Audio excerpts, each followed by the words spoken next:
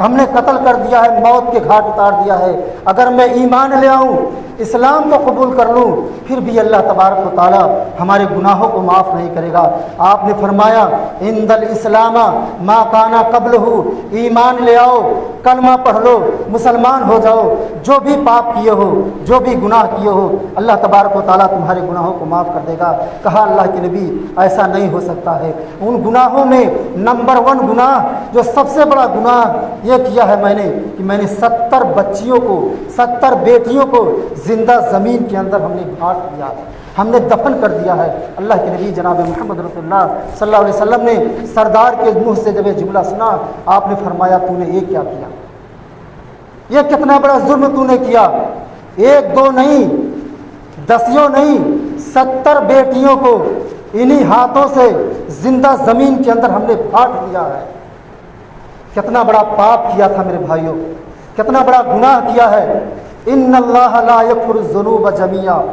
اللہ تبارک و تعالیٰ فرماتا ہے ہمالیہ پہاڑ کے برابر گناہ لے کر کے آؤ، اپنے پورے جسم کو گناہوں میں لت پت کر کے آؤ،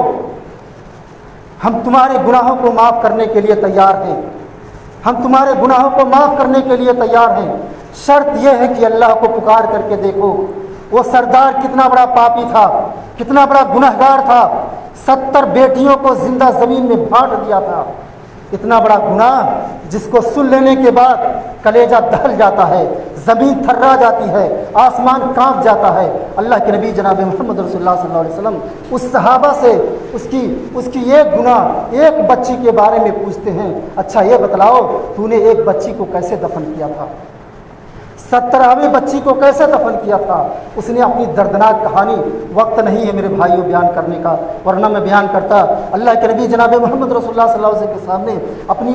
اس آخری بیٹی کی کہانی نبی کے سامنے سناتا ہے۔ نبی کریم جناب محمد رسول اللہ صلی اللہ علیہ وسلم کے آنکھوں میں آنسو آ جاتا ہے، زار و قطار رونے لگتے ہیں۔ اللہ کے نبی جہاں بیٹھے ہوئے تھے اس جگہ کی زمین آنسوؤں کی وجہ سے بھیگ گئی تھی۔ امام کائنات جناب محمد رسول اللہ صلی اللہ علیہ وسلم کی آنکھوں سے اس قدر آنسو گرا کہ اتنا آنسو آپ کی زندگی میں آپ نے کبھی نہیں رویا جتنا اس صحابی کی دردناک واقعے کو سن کر کے آپ نے رویا۔ آپ نے فرمایا ان الاسلام ما کانا قبلہ یا دہیت القلبی، اس سردار کا نام دہیت القلبی تھا۔ اے بنی کلب کے سردار، اے دہیت القلبی، تو نے اپنی درد بھری کہانی ہمیں سنا دی، جو تو نے 70ویں بچی زمین میں زندہ بانٹ دیا تھا، اس کی کہانی سنا کر کے تو نے ہمارے کلیجوں کو تکلیف پہنچائی ہے، لیکن میرا کلیجہ اس وقت تک خوش ہوگا، میرا دل اس وقت تک خوش ہوگا جب تو ایمان لے آئے، جب تو کلمہ پڑھ لے، جب تو مسلمان ہو جائے۔ وہ دہیت القلبی جو اپنے قوم کا رئیس آدمی تھا، جو اپنے قوم کا سردار تھا، جو اپنے یہاں کا مالک بنا ہوا تھا، ایمان لے آتا ہے، لا الہ الا اللہ محمد الرسول اللہ کا کلمہ پڑھ کر کے اسلام میں داخل ہو جاتا ہے۔ اللہ کے نبی جناب محمد رسول اللہ صلی اللہ علیہ وسلم دہیت القلبی کو حکم دیتے ہیں کہ اسی مدینے میں رہو، ابھی 1 ہفتہ اسی مدینے میں رہو، وضو بنانے کے طریقہ سیکھ لو، نماز پڑھنے کا سنت کی کس طریقے سے ادائیگی کی جاتی ہے، اسلام کے سارے ارکان کے بارے میں ہمارے صحابہ سے جانکاری حاصل کر لو۔ وہ دہیت القلبی 1 ہفتہ مدینے کے اندر رہا، صحابہ سے نماز پڑھنے کے طریقے، وضو بنانے کے طریقہ، سنت کی ادائیگی، فجر میں کتنی سنتیں پڑھی جاتی ہیں، ظہر میں کتنی کئی رکعت پڑھی جاتی ہے، سارے طریقے صحابہ سے 8 دن کے اندر سیکھ لیا۔ اس کے بعد اپنے ملک چلا گیا، اپنے وطن چلا گیا۔ ایک مرتبہ حضرت جبریل علیہ السلام نبی کریم جناب محمد رسول اللہ صلی اللہ علیہ وسلم کے